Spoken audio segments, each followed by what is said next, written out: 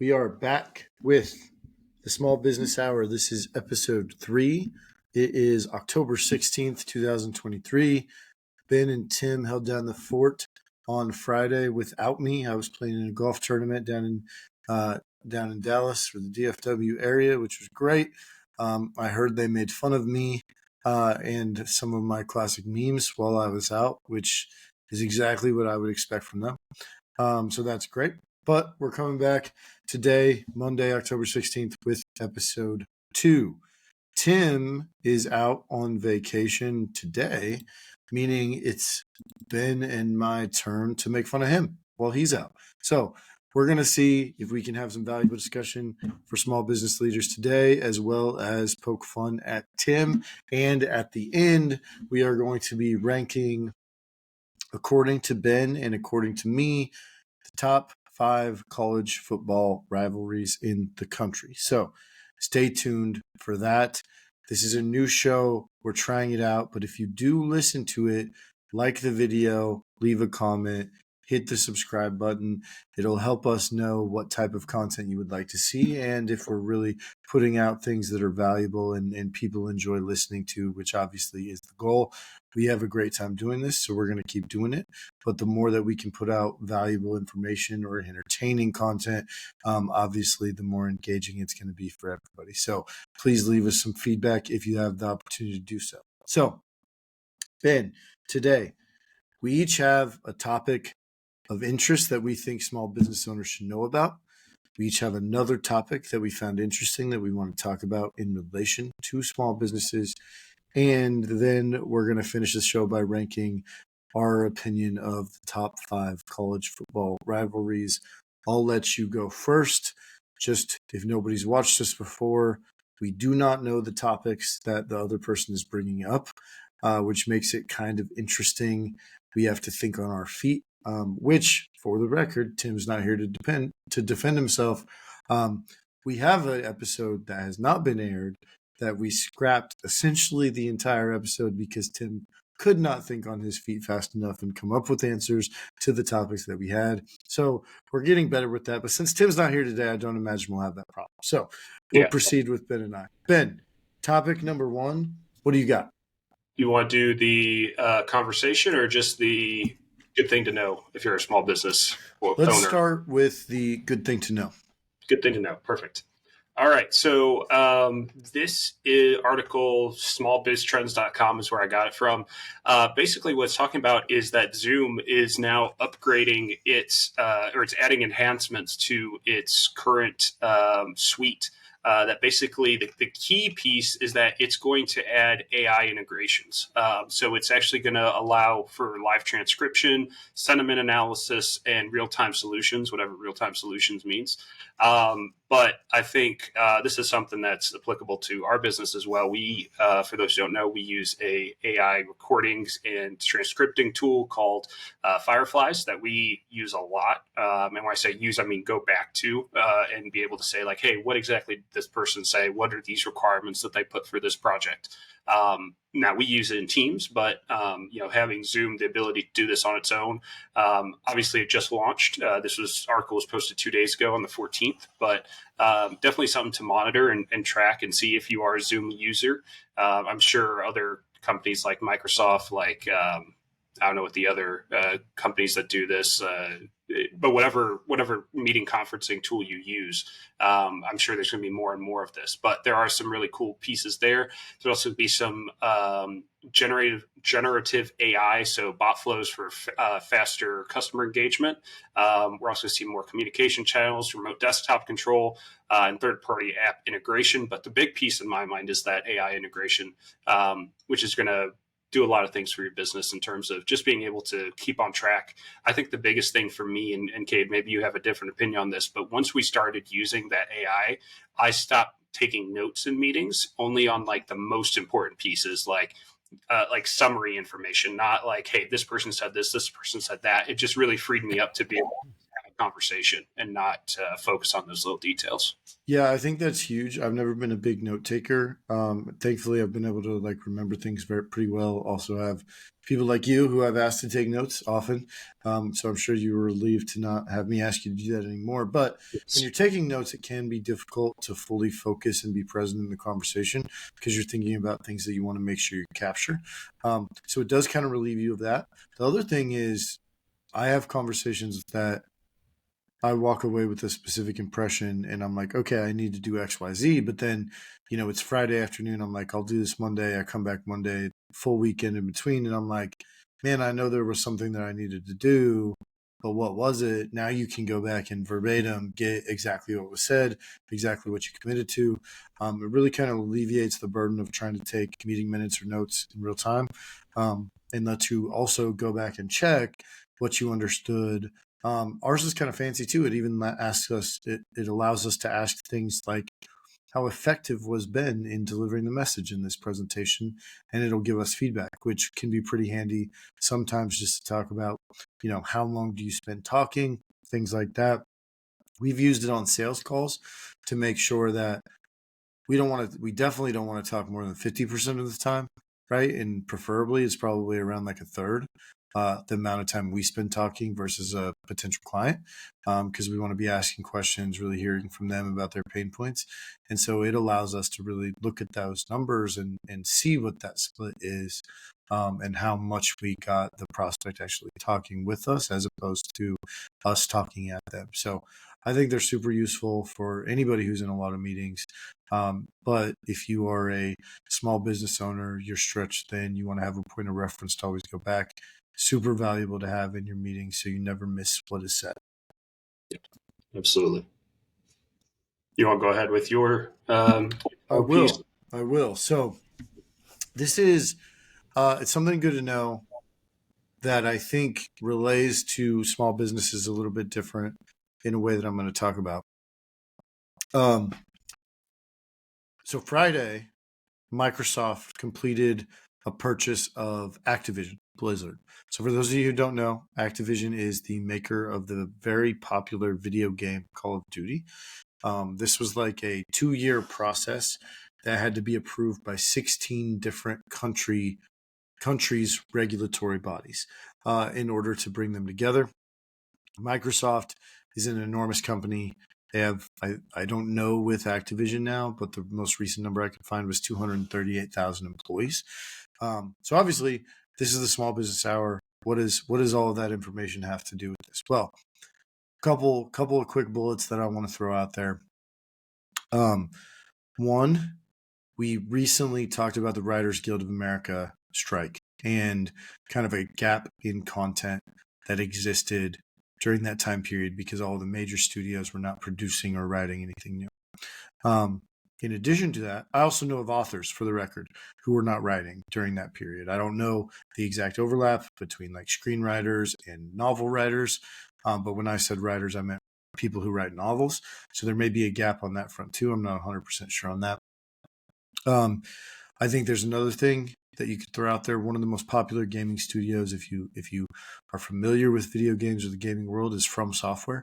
From Software only has about 397 employees, but they've produced hits like Elden Ring, most recently, Dark Souls games, which are incredibly popular.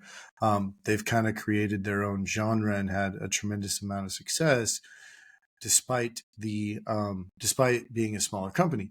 So what does that have to do with small businesses? Well, I think it's interesting that video games are an area where you see a lot of success from what they call indie game studios. There are like From Software would be on a very large end of potentially, it's not considered an indie game studio, it's too big now, but it would be considered kind of smaller, mid-sized business. There are a lot of 1, 2, 3, 5-person indie game studios that have had a ton of success producing really popular games. And one of the fears that consumers of the products have when something like the Microsoft purchase of Activision goes through is, how will being owned by an enormous company like Microsoft influence and make the game worse, influence the creative inside of the studio, influence what they're doing for the end users.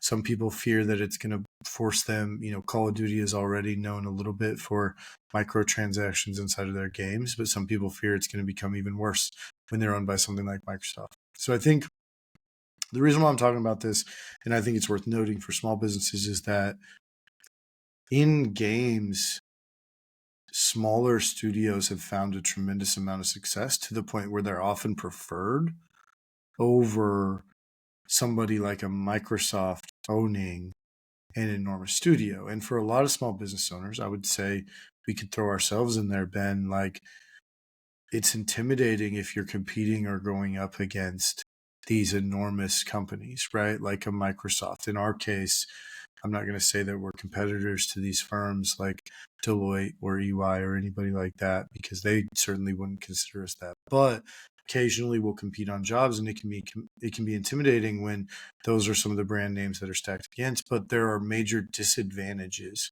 to being an enormous behemoth in the marketplace as well. And I think one thing where game studios have found a lot of success is leaning into that indie environment. They can do whatever they want from a creative perspective.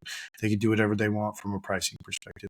They can be a lot more engaged with their fans because the actual game devs will get on and read reviews and comments, and then their patches will often be tailored to that actual feedback that they're getting from customers, whereas a big company like Microsoft is primarily ignoring most of the feedback that they're getting from a marketplace.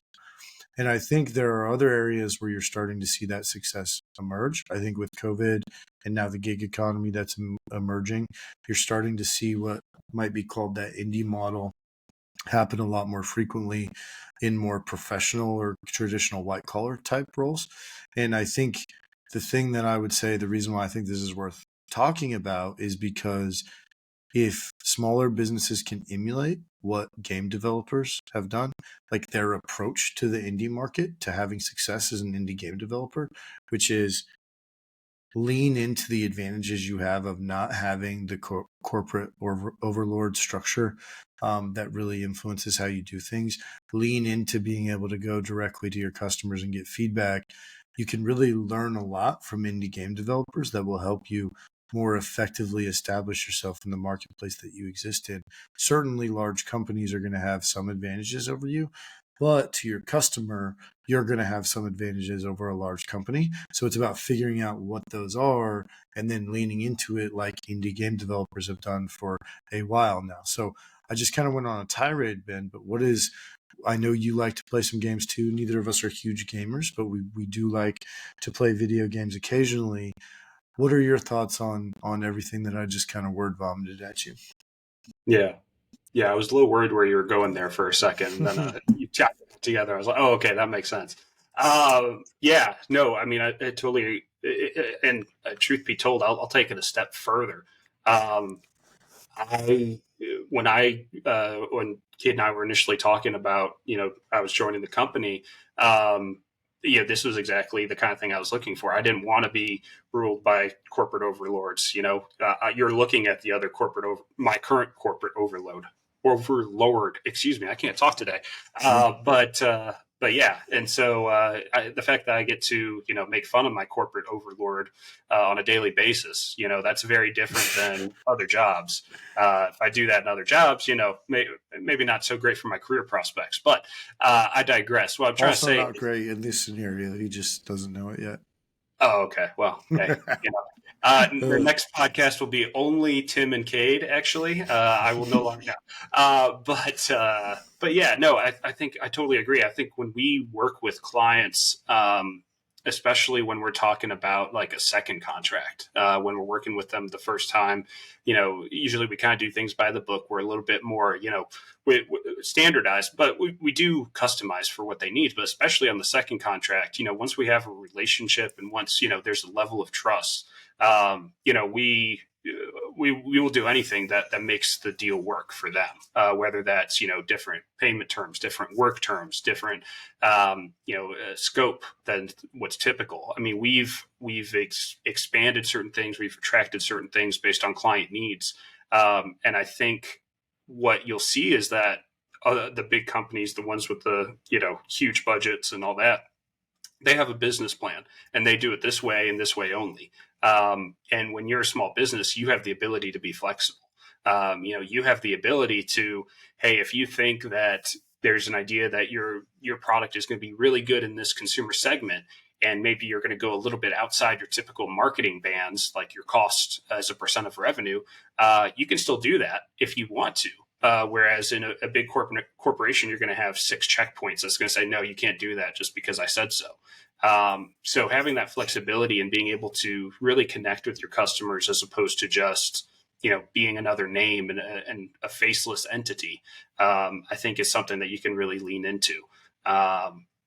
Customization and not being afraid to establish a relationship without creating revenue. I think that's something too. A lot of big businesses care more about revenue than relationships, and if you can create relationships over revenue, I think that's going to benefit your business in the long run. Might hurt in the short run, but benefit in the long run for sure.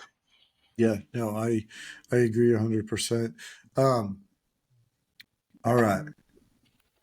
Anything else on that topic? Are you ready to jump to your next topic?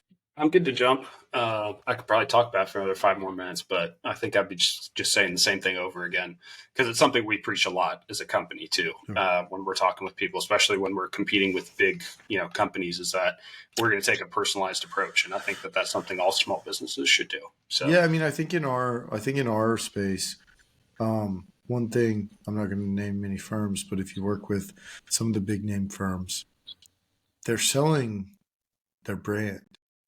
Yeah. And that brand means they charge 3 times as much as we do. And what they give you is a kid a year out of an MBA program who has very little real world experience. I'm sure he or she is very smart, and will grow into somebody really effective. But they're giving you somebody fresh out of college at a super high hourly rate because they sold you the brand, right? And then they'll have some guidance from somebody more experienced.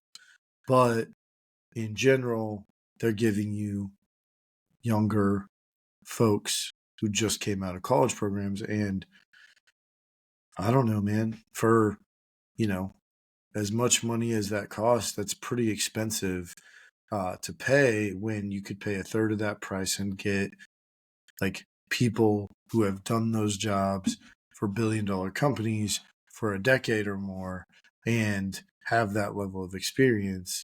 Ben's smiling because it's probably not a decade, probably isn't quite true for him. He's a little younger. He's still a pup, but he's progressing. Yeah. But at least 5, 6, 7, 8 years of experience versus like 1.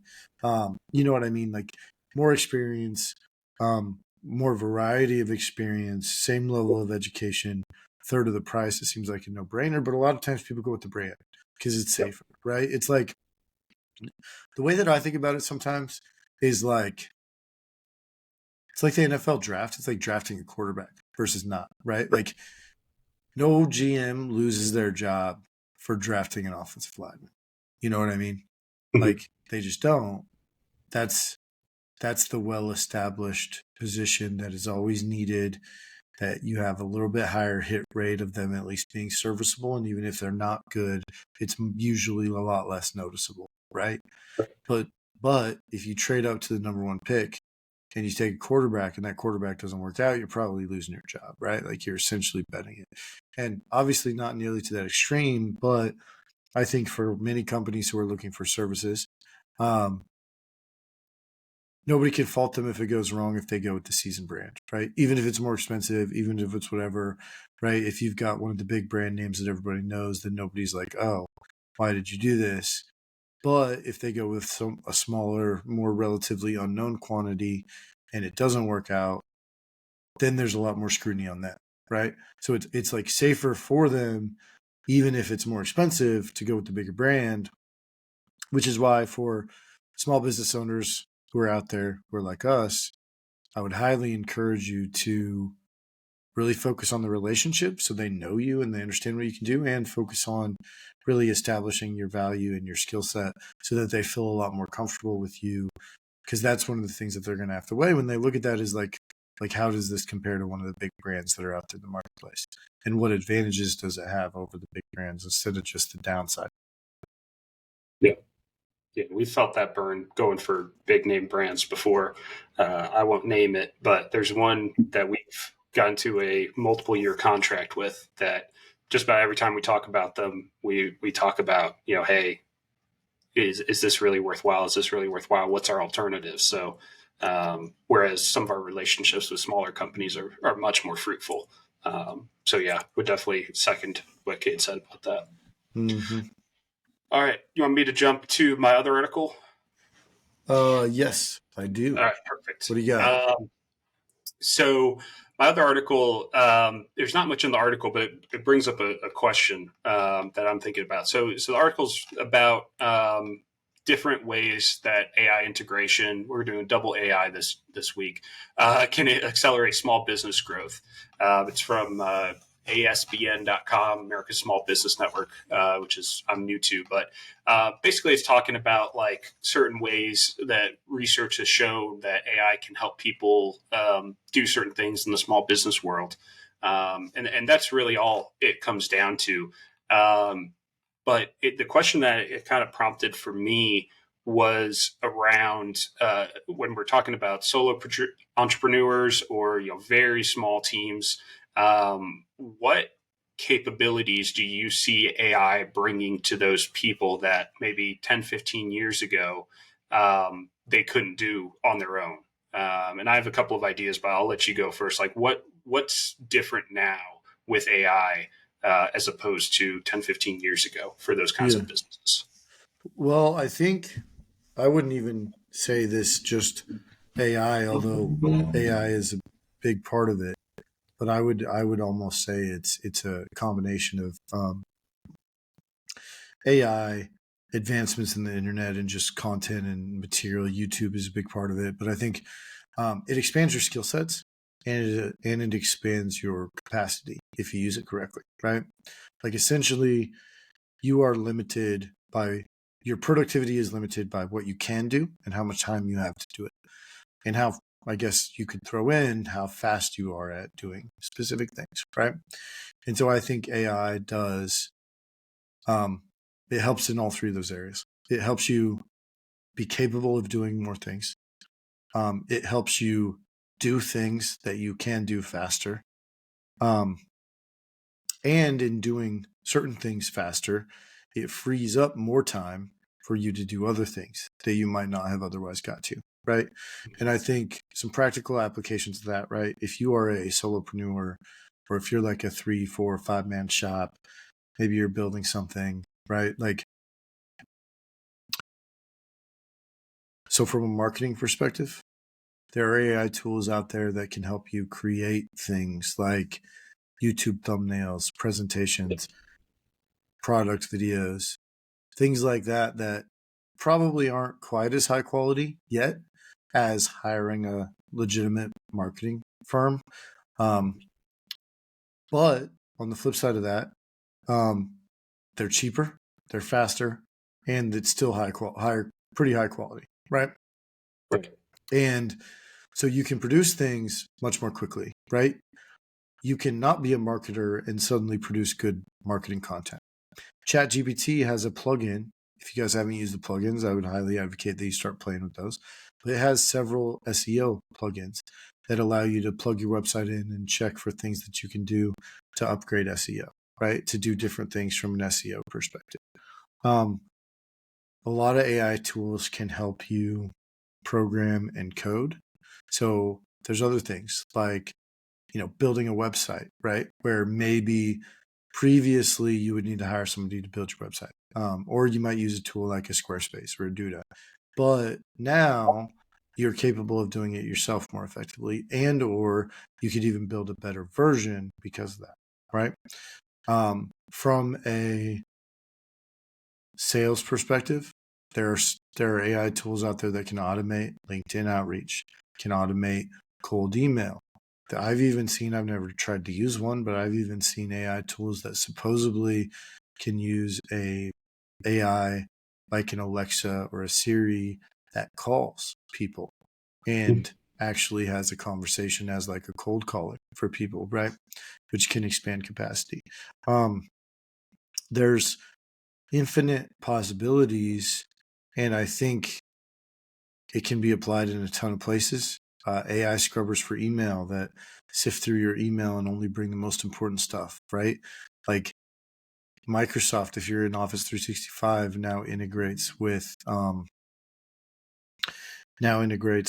like Bing Chat uses like ChatGPT on the back end, and you can like now ask it questions about like things that are going on in your office environment, or ask it to find a certain file or whatever. So I think there are a ton of ways there, and I think ultimately, I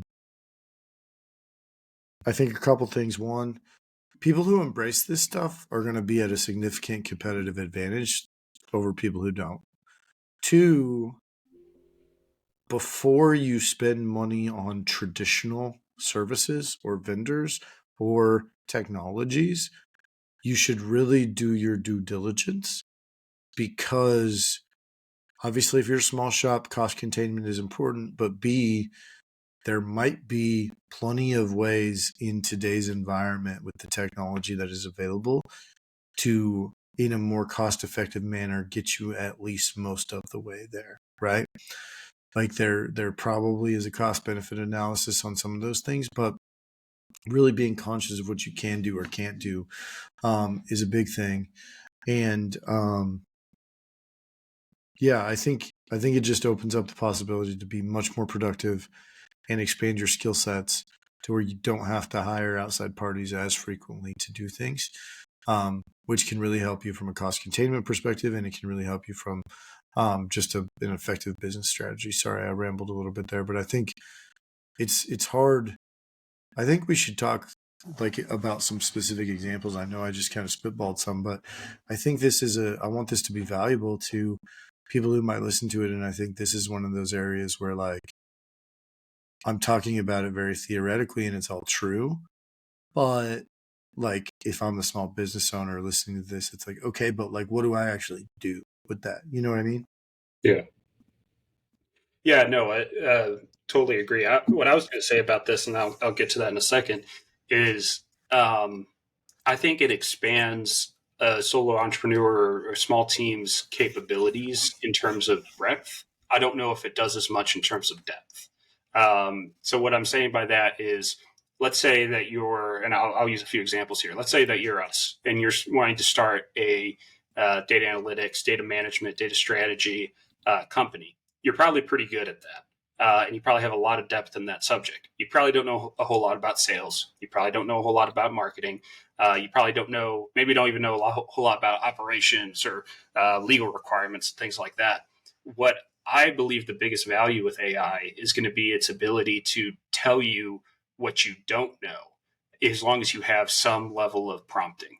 Yeah. So in that example, what you could say is like, hey, what, or maybe you're talking about filing your articles of incorporation, and you say, what type of business, C corp, S corp, LLC, what makes sense here in terms of if this is the kind of business I'm trying to run, you can get that kind of personalized information if you've put in the right parameters and things like that within a Chat GPT.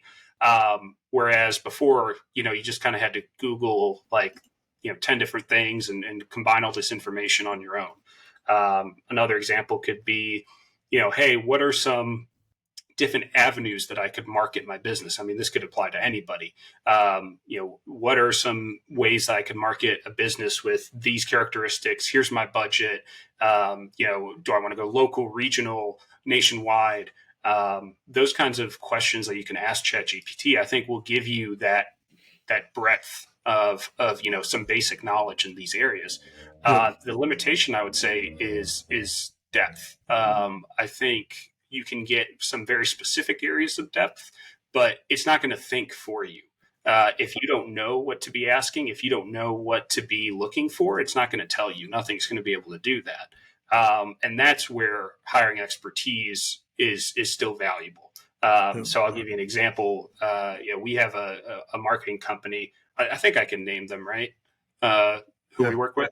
Yeah. Yeah, I'm sure they don't mind a shout out. Called the Courtside Group. They're based out of Dallas. A couple of great guys who do an excellent job with marketing our materials and such, and helping us create content. And so they are very good at what they do.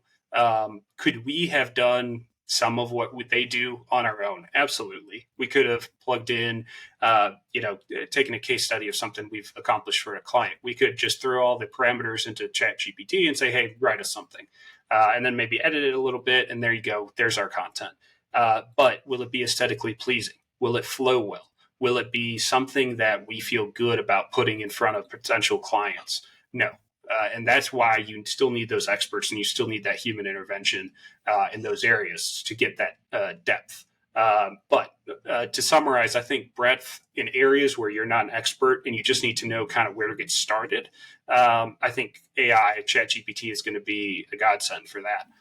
But when you need a little bit more help, I think there's still a lot of value in having humans who know that and have that experience. Yeah, I think that's true. I think like what I would say is a couple of things, and I was looking up just some articles because I wanted to have a couple of real examples to talk through.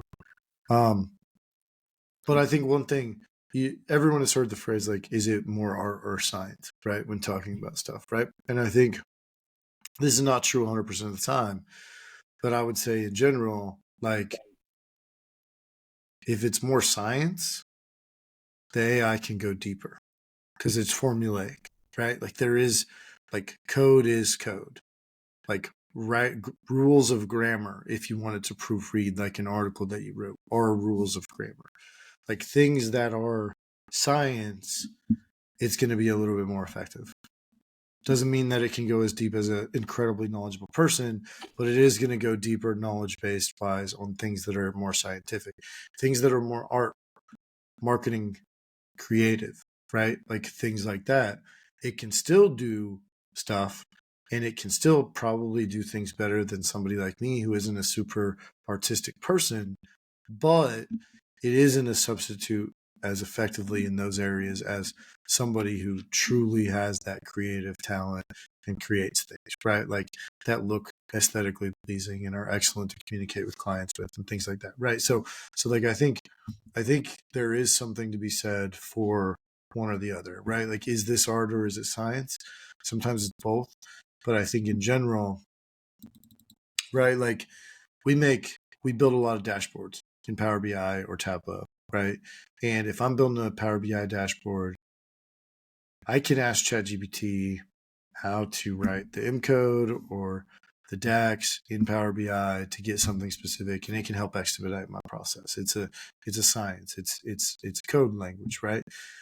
If I asked it like, what's the best way to visually represent this data and make the dashboard like aesthetically pleasing, which is the art piece of what we do.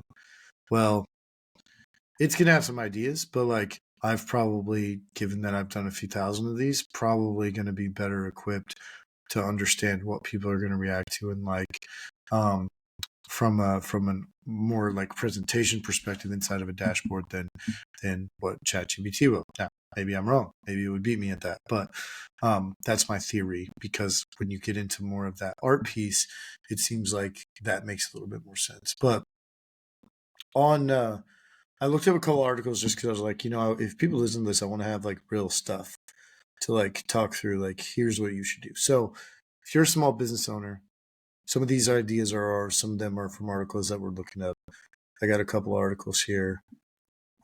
This one is from Forbes, but a couple of things here. Like one, copywriting and or proofreading for grammatical errors, making sure that your copy is good, right? Like, so that's a person. Initial drafts of legal documents. Creating images. Obviously, a lot of people have seen like Midjourney or some of the other like image generators, but those are really valuable things to be able to use. Again, probably not to the same level as somebody who's truly like a marketing like content creator could do, but still very valuable in what you're doing. Automation tools, things like Zapier. heavily like powerful when creating automation. We talked about fireflies earlier, but meeting note takers, things like that. What else do we have here? Social media schedulers, right? So if you guys have ever heard of like Taplio, Taplio, Tweet Hunter is another one. Those are tools that help you schedule out social media content posts. So if you're trying to be really consistent in posting content onto your social media to get traction, those can help you schedule it out. And in addition to those, what it can help you do is kind of find content to interact with that thematically fits with what you post about.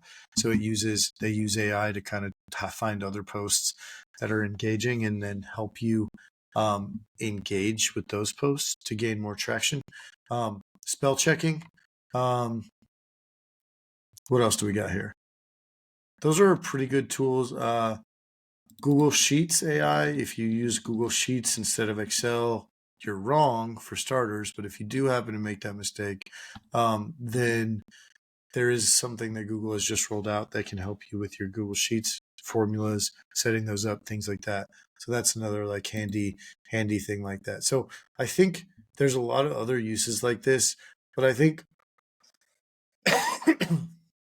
excuse me, I'm a big fan of AI, but don't fall into the trap of like being like, oh, I need to use AI and like being committed to that. What I would instead encourage you to do is be aware of things that you have to accomplish. And then if AI can help you with one of those tasks, use it. But don't spend your time obsessing over how you use AI because we're still very, very, very much in the early stages of artificial intelligence. And there's a whole lot of things floating around out there that are going to die and are not going to be valuable, right? It's like when the internet was being created and there were a million different things out there and then a bunch of them bursted and only the true value adds came through and survived. But we're in that early period and there's all this new AI this, AI that, here's a new thing, there's a new thing, and a whole bunch of them are going to die. A whole bunch of them are not going to be successful. And then we're going to come through that and only the ones that are truly value add will be sustained. So make sure that you're properly vetting anything that you're thinking about doing from an AR perspective. Make sure that you have a real problem that it's helping you solve. Don't just set out and say, oh, we really need to use AI, but really focus on the use case and the application. Yeah. Don't get lost in the novelty. Mm-hmm. Yeah. Keep That's a good focused way on to say it. what you're trying to do. So, all right, you want to jump to your second article?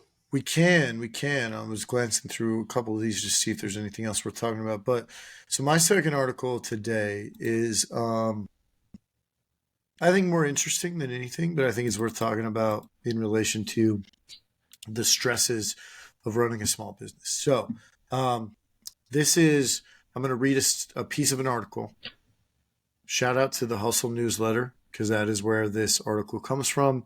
If you guys don't read the Hustle or get it, it's fantastic. Just Google the Hustle newsletter and you can find it. Comes 6 days a week, I think. Saturday is the only day it doesn't come. This is from Sunday's edition. Really good information on kind of the entrepreneurial startup business community.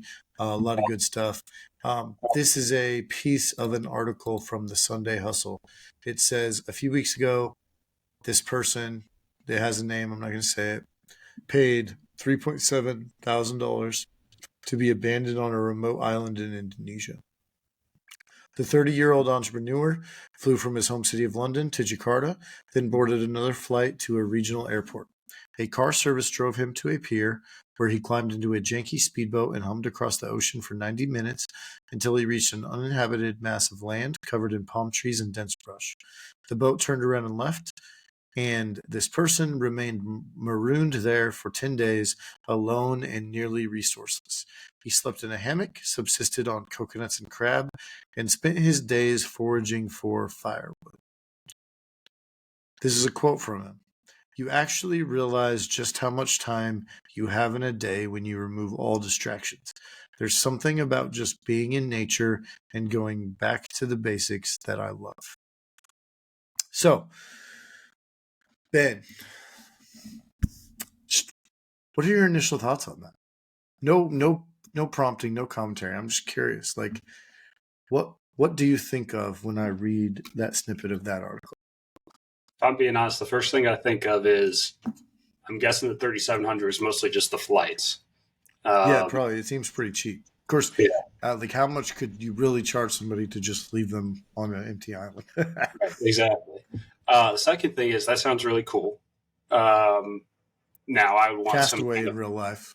yeah, like I'd want some kind of device that like if I push a button, like I'm they come. sure they got something, right? I kind of want to do it. Have you ever watched the show Alone? I've watched some survival shows, but not that one. Hmm. Yeah, see, Alone I think is the most legit. Naked and Afraid is kind of staged, I think, but Yeah, Alone I think is like one of the most legit. yeah. But yeah, no, I think the message is accurate. I feel this a lot um, when I'm on PTO. I think, especially when I don't have like anything set in stone. So not last week, but the week before, I was on PTO, and my main thing was I was playing golf. Um, and what I think I realized was, if my wife was out doing something and it was just me kind of hanging out. So like one day I was waiting for a tea time in the afternoon, and my wife was at the spa, and I could just hang out on my deck, watch some people. We were up against a golf course, so I could watch a few people play, but I was able to just kind of like sit back and reassess and see how things have gone over the past few months, and say, here's what's doing well. And then eventually my mind drifted to, this company and like, what can I do over the next few weeks to help out outside of my typical job responsibilities and stuff like that. And so um, I think it's really good to have that. I mean, I'm taking it more into a retreat as opposed to how much time do you have. But I Yeah. think that that's the real value of kind of stepping back and forgetting everything. I think that it's incumbent upon anybody who cares about their company to every so often, every month, every 2 months, take a step back for just an hour, 2 hours, and just think about, turn off the computer, turn off the phone, just get a pen and paper. I think that's a lot better than a computer, because then you can actually, turn off everything and just say, okay, what could we be doing better? What is failing? What's succeeding? What's worth spending time on over the next weeks to months? And I think that guy who did that, I think you said it was a male, Yeah. probably had a lot of time to do that and probably came up with some really great ideas, because when you're in the middle of it, you're in the hustle and bustle. It's hard to really do that. So I'm taking it a little bit different direction than you probably had planned, but that's what I think about when I hear that. No, I mean, I agree. I grew up in Wyoming, um, and I'm a big proponent of being outdoors. I'm a big proponent. I'm a big hunter. I really like spending time outside. I remember distinctly a few years ago, a couple of my friends from Oklahoma State went back to my hometown of Lander, Wyoming, and we hooked up with my buddy Justin and another friend, also coincidentally named Justin, and we hiked into Silas Lake, which is a lake up in the Wind River Mountains above my hometown. And it wasn't a bad hike. It was, we could ride four wheelers most of the way in on a road, and then we had maybe a mile and a half, 2 miles into the lake from the end of the road. Um, and but it was, I remember distinctly, we got up early that day, like 5 a.m. to get out, because we rode four wheelers all the way from town. We had to ride up into the mountains. We had maybe like an hour and a half ride, and then we started hiking. And I remember distinctly, like, we were hiking up to this lake to camp out and fish for a couple days. And I remember we got up to the lake and we were fishing, starting to catch some fish. And I remember thinking, like, man, what time is it? It's got to be like 3 or 4 in the afternoon, and it was 10 a.m. still, right? And I thought it was fun.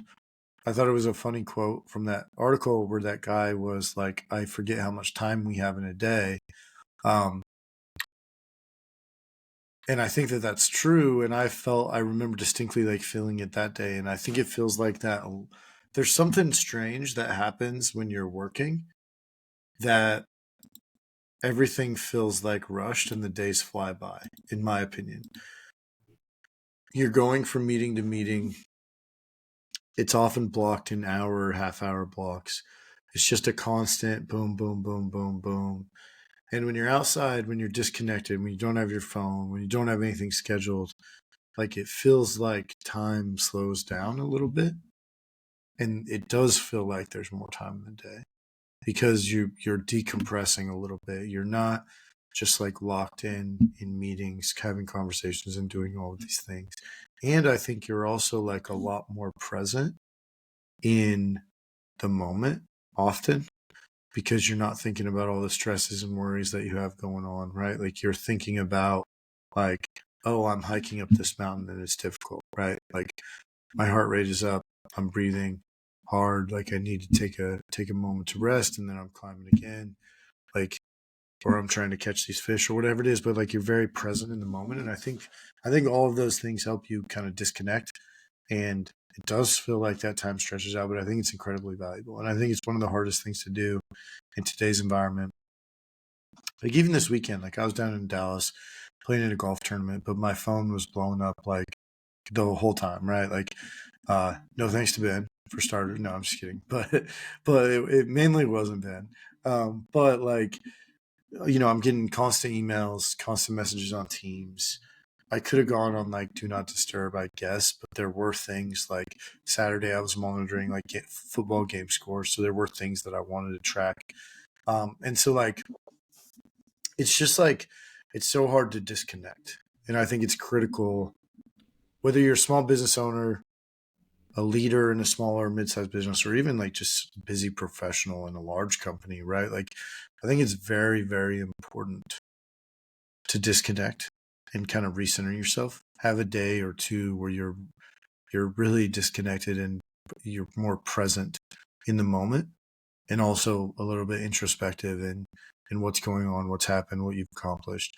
But I think especially if you're a small business owner who's trying to build a business, who's trying to really drive it forward, you've got to disconnect from the day-to-day noise and have that moment of introspection, have that moment of just like take a deep breath, let the stress fall away for a minute, look at it almost as like an unbiased third party and just think about where you are, where you need to get to, what you need to do. And I think like it's really hard to do if you're constantly plugged in. If you can't disconnect and get away, then it's really difficult to do that because you start to have a thought and then you get an email or then you get a phone call or then, something else comes up. So I would advocate to everyone go hiking in the mountains for a few days every year. But if you can't do that, find a way in your local environment to disconnect and really just think about where you are, what you need to do, and really just kind of recharge the batteries from being constantly plugged in. Yeah. I agree with what Kate said, and I think if you don't live by any mountains, really just going on a long enough and with enough pace of a walk that your heart rate gets up, and that will naturally, basically tell your brain to stop worrying about other things and worry about, hey, I've got to keep walking here, I got to keep going, and it'll allow you to be present, a little bit more focused. I was starting to think maybe I could talk about golf, but I'm too competitive with golf. I'm too focused on scoring well, so it doesn't really become that. It really is more like walking in between shots is the only time that happens. See, I could do it with golf a little bit because like I'm not very good, so I just kind of like I'm not like you, so I kind of do it with golf. But I think the problem is my phone's still in my pocket. I'm still feeling the buzz, right? Even if I try to ignore it, I'll check it occasionally. Like I'm still feeling that, like, and it's hard. Like I could leave it behind or do whatever, I guess. And maybe that's the answer. I don't know the answer, right? But being able to disconnect, I think, is important. Yeah. And for the record, I only bothered Cade one time last weekend to ask how he was doing. So yeah, I was just giving him crap. Maybe his emails that I CC'd him on was the only other thing, but that's it. Yeah, no, I think it was mainly Tim. Actually, okay. since he's not here to defend himself, I'm sure it was Tim then. Yeah, it definitely was Tim. Yeah. No. Okay. Cool. So let's move to our top 5. Yeah, we got And our about 10 top minutes. five today, So perfect timing. is top 5 college football rivalries in the country. In the United States, to be clear. We're not talking about Well, soccer here. yes, American Soccer. football, Yeah. the true football, in my opinion.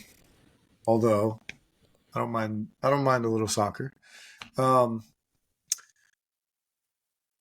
okay. So, Ben, let's Start from start at number 5.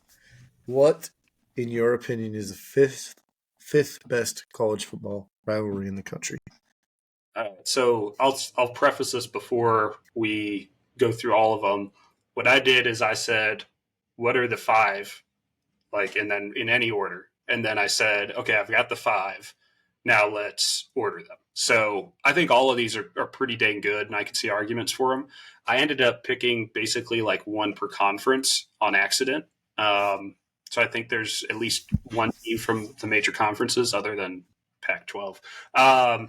No offense, Pac-12. You're still probably better than the ACC this year. So my first one is going to be Notre Dame, Michigan is my choice. Okay, And interesting. Even though I think it's coming back maybe next year, but they haven't played it in a minute. yeah, they have not. This, if for those who don't know, I'm from Chicago, so this one is a little bit from home here. I get this one. Whoop, I'm trying to put it on the slide over here, but yeah, this was always a huge game. I have people in my friend group who end up going to both of these schools. My parents' friends went to both these schools, so to me, this was always a big game in Chicago, and that's kind of stayed with me. So, Okay. So my list does not require near as much prefacing. In fact, I think the top 4 rivalries in college football, in my opinion, you could argue the order, but I think they're pretty solid. The 5th one is the one that is debatable. I thought about going Bedlam here because I'm an Oklahoma State grad, but it's a pretty lopsided record in favor of OU, so it would have been kind of painful to put it here. I thought about a couple others, but some of those have disappeared due to conference realignment. I have a hard time putting a full Pac-12 rivalry in anything just because the fans in the Pac-12 don't seem to care all that much about college football like the rest of the country. So where I landed is with what I believe will be the best rivalry in the new Big 12, and that is the Holy War, BYU and Utah. I think that is a rivalry that is exciting. They're both in the proximity of Salt Lake. They really, really, really do not like each other. And I grew up in Wyoming. I was close. I knew that growing up, but seeing them now coming into the same conference next year and seeing their fans interact online, it's become even more apparent. I think in the new age of college football, where some old rivalries have been damaged due to realignment and other things, I think this is one that is going to be that is going to benefit now that they'll be in the same conference and is going to be one of the strong rivalries. I thought about putting the 2 I really considered putting here were Bedlam, Texas A&M, or the Egg Bowl. Those are the 3 other ones that I kind of considered. Bedlam is going away. Texas A&M is coming back, but hasn't been around for a while. And the Egg Bowl probably would be up there as well, but I just didn't think that the SEC needed another one. So this is what I went with as number 5. yeah, I think with mine, I definitely bias towards better teams historically. No offense to either of these two, but I was thinking like historical rivalries. Um, but yeah, I think that's a good pick. I didn't. I hope I we don't yet get a ton of listeners on this, but I would love it if some Utah or BYU fans heard your clip of like this isn't as much of a historical rivalry. That would be a great reaction. No, I'm saying it's a historical rivalry. I'm saying like historical from like national championship Yeah, for sure. importance. Yeah. It's definitely a historical rivalry. All right. Do you want to do 2 in a row? Or you want me to do my next? I can go next. Yeah. I'll do another one. So my number 4 is what I think is It's one of my favorite games of the year in college football every year. I want to go to it badly sometime. Army Navy. Okay. One of the best historical rivalries there are. No longer is for national championship import like it was back in the heyday of the service academies, but it's a great, fantastic event every year. Their uniforms every single year are killer that they come out with for this game. It's the one game that everyone watches because it generally happens a week after the rest of the regular season ends. Just a fantastic game. Love it every year. One of my favorite games of the year. Very, very cool event. What about you, Ben?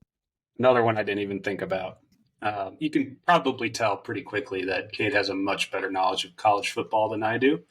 When we were talking about doing this, we said, "Oh, we might do a college basketball once that season starts." I was like, "Yes, we will," because that one I will know a lot more about, and I already know what my number one rank is, and I think everyone will have that. But I digress.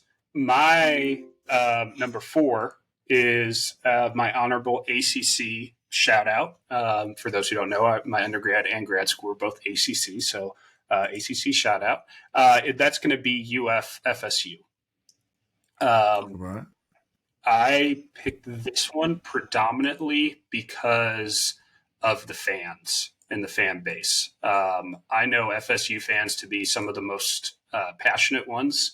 But even around here, there's a ton of FSU fans that I think are. I mean, if I see an FSU fan, they have like a custom license plate, they have bumper stickers, they have, flags outside their house.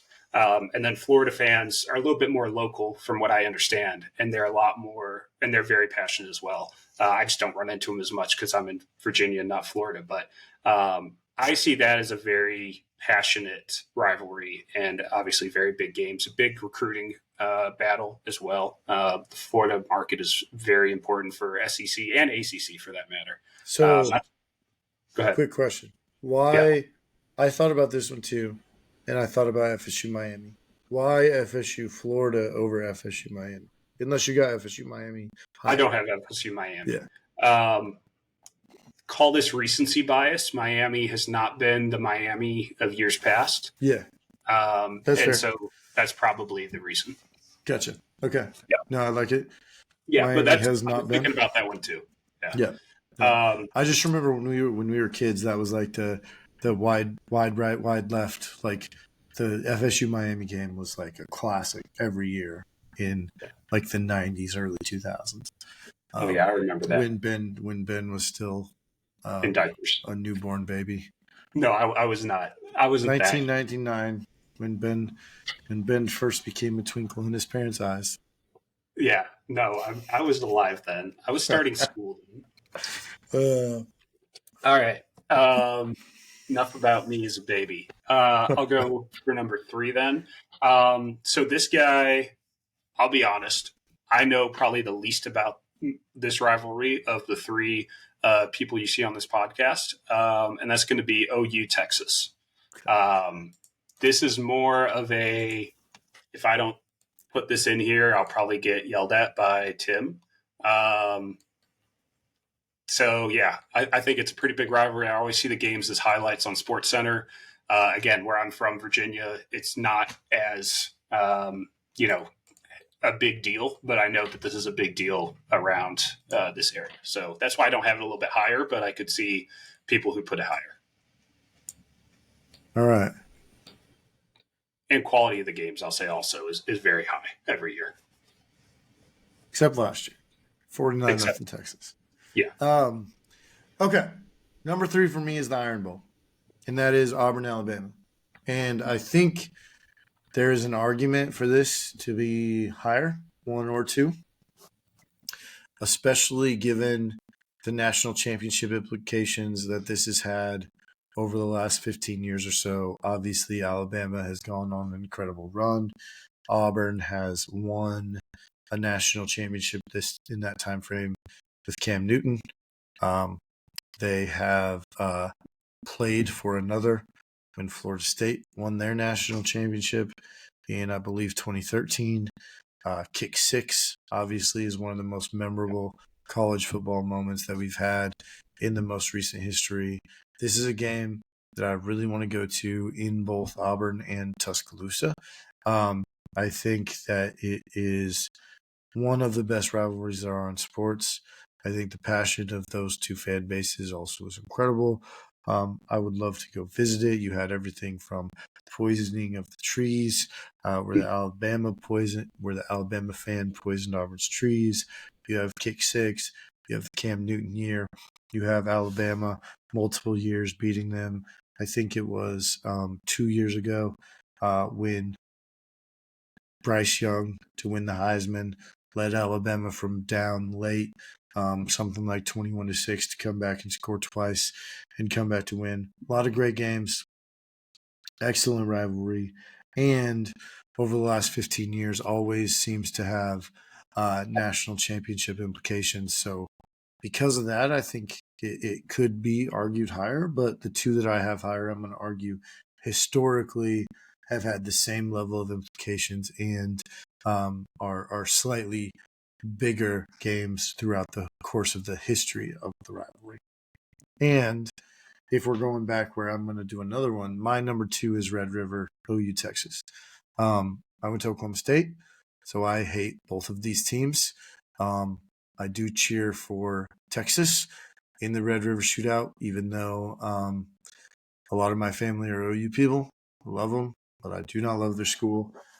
But OU Texas, in my opinion, is one of the great events in college football.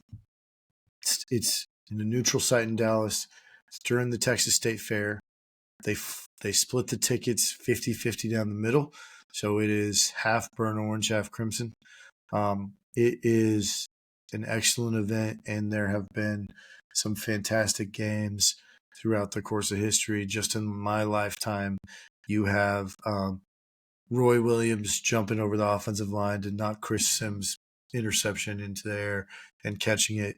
You have the epic game that happened just a couple of weeks ago this year, where Dylan Gabriel leads OU down the field and does it. You have Vince Young. You have Ricky Williams. You have Colt McCoy beating OU and Sam Bradford, who when that OU team went on to play for a national championship. You have Adrian Peterson's coming out party when he was a freshman at OU. So many great games, often with national title implications, almost always with Big 12 title implications. And the state fair, the crowd split 50-50 down the middle. Like, just the event itself, I think, is one of the best events in college football, which is why I have it as number 2. I think it's telling that they're the two teams that went together to the SEC too. Yeah. It just tells you the relationship and the interconnectedness between the two. Well, Even if it was they incidental. won't like to hear this, but as somebody who knows a ton of alums from both, they're the exact same people that go to the exact same school, just in different places. So, Yeah. whatever. That makes sense. A lot of people say that about UVA and UNC, so I get that. All right. My number 2. I talked about Notre Dame, Michigan, being a Chicago guy originally. This game is also a very big game in Chicago, even more so than that game, and that's going to be Michigan, Ohio State. Okay. I really want to know what you have number 1 now. Oh, it's not going to be a surprise. It's got to be the Iron Bowl. You gave it away. Yeah, it is. Okay. Yeah. Half We the could fun talk. is guessing. I mean, everyone should know what my number 1 is now. Okay. Well, yeah. But yeah, so Michigan, Ohio State, I think almost, especially in recent years, has had big implications for the CFP. I think it is around. So I'll tell you a quick story. When I was growing up, we lived about 2 blocks away from an Ohio State bar in the middle of DePaul University's campus. And you knew when this game was on. If it was a night game, you didn't want to go out after a certain hour because people were either drinking in celebration or drinking in despair.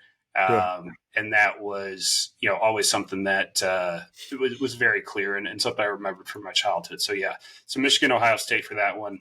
And then Auburn, Alabama, I think, again, probably a little bit of recency bias, but because I'm a little bit newer to college football than some people, Cade notably, I think that's always been a huge game in my mind. The Cam Newton years, the stories that you were talking about. But yeah, I could certainly see 1 and 2 switched around. Yeah. No, So that's good. Obviously, my number one is Ohio State, Michigan, because you can't have a top five without that game, the game, as it is known. And yeah, I just think it's great. I love watching that game. I hate that it's usually at 11 a.m. because it feels yeah, like a night environment. Just take that game to another level. Um, I think the one argument you could have to not have it on top is that up until the last 2 years, Ohio State had dominated for so long right. that it had lost much of kind of the Luster. yeah, like when one team dominates a ton, it becomes difficult. But Michigan is all-time winningest football program in college football history. I think that's still true. It's true at least like last year. They'd have more wins than anybody. Ohio State obviously is up there as well. They've played for a long time. There's bad blood all over.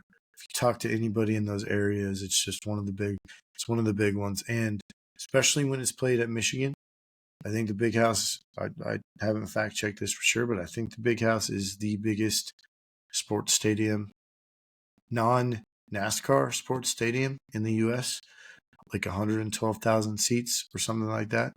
Um, just an epic environment and an epic game. The game 2 years ago where Michigan finally broke the streak and won. It was snowing, right? Like it was just an epic game. Really enjoy watching that one. One of my favorite. All right, so quick hitter, Ben, as we finish up. Who do you cheer for in each of the games in your top five? Okay, that's a good question. Before I answer that, I will say that it makes me feel really good that my top 3 was the same set of games as Cade's because he knows a lot more about this than I do. So that makes me feel really good. I'll go down the list. Auburn, Alabama. I tend to go for an underdog in Auburn. But in many cases, I want Alabama to make the college football playoffs so that another team doesn't. So I will say that one is probably pretty mixed, I would say, but maybe slight advantage to Auburn. Michigan, Ohio State, it's Ohio State 9 times out of 10, unless there's specific college football playoffs implications. It's almost always Ohio State. OU and Texas. I think there's a pretty easy answer there if I want to keep my job, and that's going to be Texas. If I'm being completely honest, I don't have a really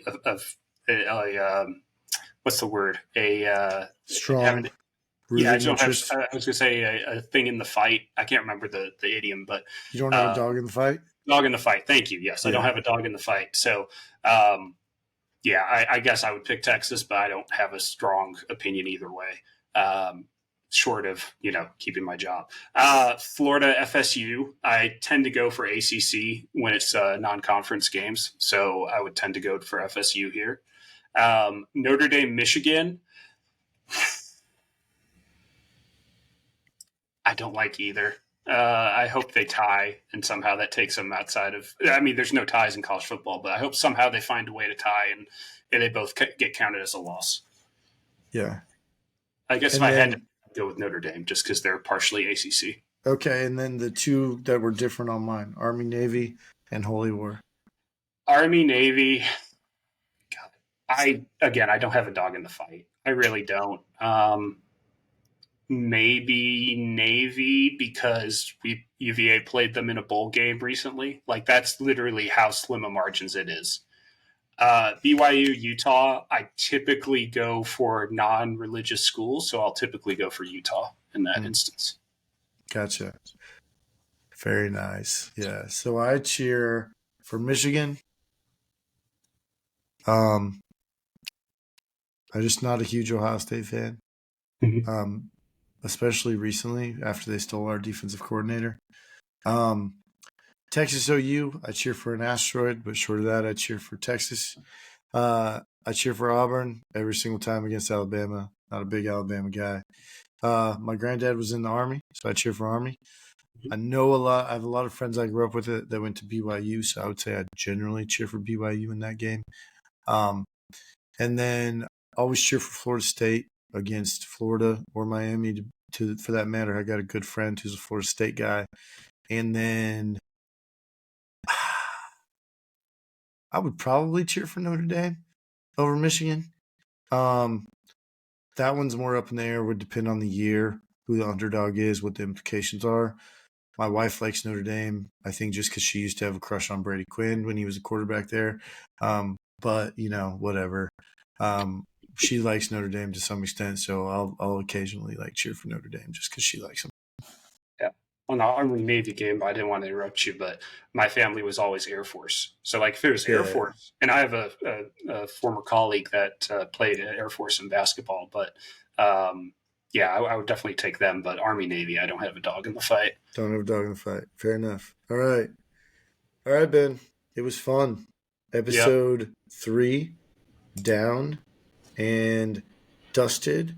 Anybody who made it this far, we salute your resilience and appreciate you listening. And we will continue to try to hopefully produce valuable and entertaining content as we continue to work on this. Any final words, Ben? I don't think so. Trying to think of something funny to say about the college football rivalries, but again, I'm just thankful that I didn't have a list that Kade made fun of. I'm actually kind of surprised I didn't. I think he probably would make fun of my 4 and 5, but he can't of the top 3. So thank you for that. I didn't think they. I had a hard time with. Florida FSU. No, I wouldn't put it up there, but it's a good rivalry. I would not put it up there. I think, to me, I see why somebody wouldn't include Army Navy. To me, it deserves a spot in the top 5. But I think the top 3 are pretty obvious, and we matched them. And then after that, I think it gets really fuzzy. There's a dozen that you can make an argument for once you get to that point. Yeah, like UVA, Virginia Tech. Yeah, I don't know about that one, but No, I don't think so. I know that. That's one rivalry I've lived probably as long as you've lived some of your rivalries, and that's not a rivalry. Yeah. That's a slaughter. Yeah. All right. Yeah, no, other than that, thanks everyone for joining. Appreciate y'all taking the time. I'm thinking, should we do, if you are still here, type something in the chat. Type Tim in the chat, Yeah. Comment Tim if you watch to the end. Yeah. We appreciate it if you do. All right. Thanks, guys.